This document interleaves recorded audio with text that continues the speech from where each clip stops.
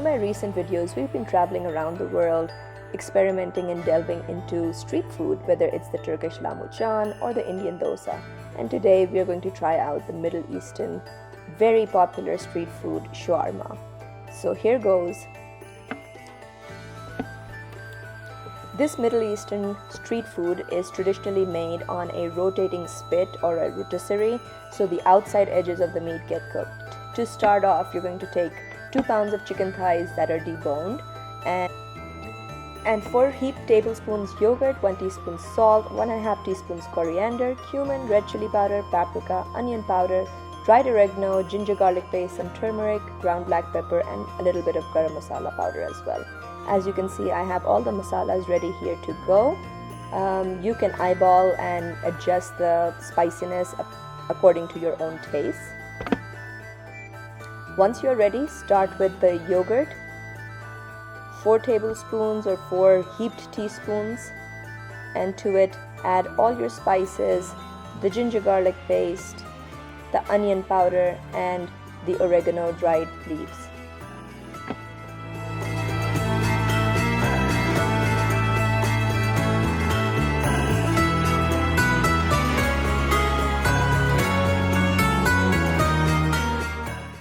Once all the ingredients are in, you can go ahead and start mixing the marinade till it all comes together in a homogeneous mix.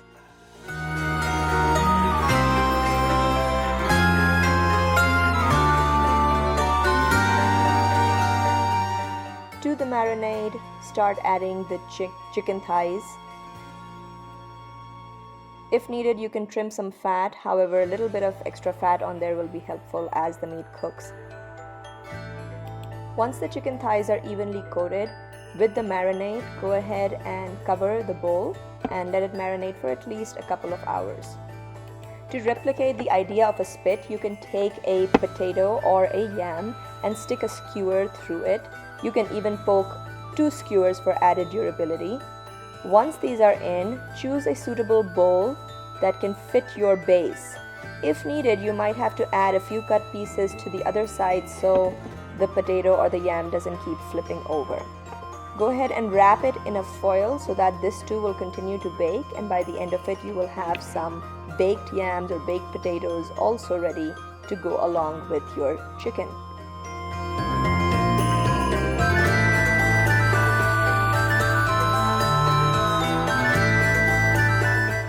Once your base and skewers are ready, you're going to take the marinated chicken thighs, and if they are very big, you can easily cut them in half too, or you can just place it over the skewers, whatever fits better, and then just start skewering it and letting it lay one over the other into a big pile.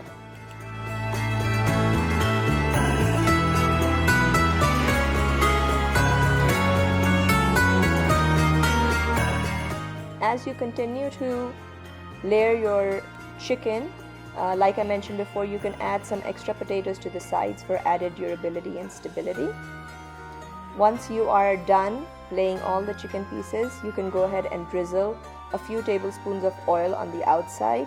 This will also help with making the meat a little bit browner on the sides.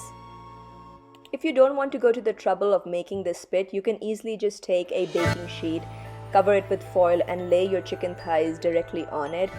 The only difference will be that when you're actually putting it in the oven, keep it closer, like in the middle rack, instead of putting it at the bottom rack.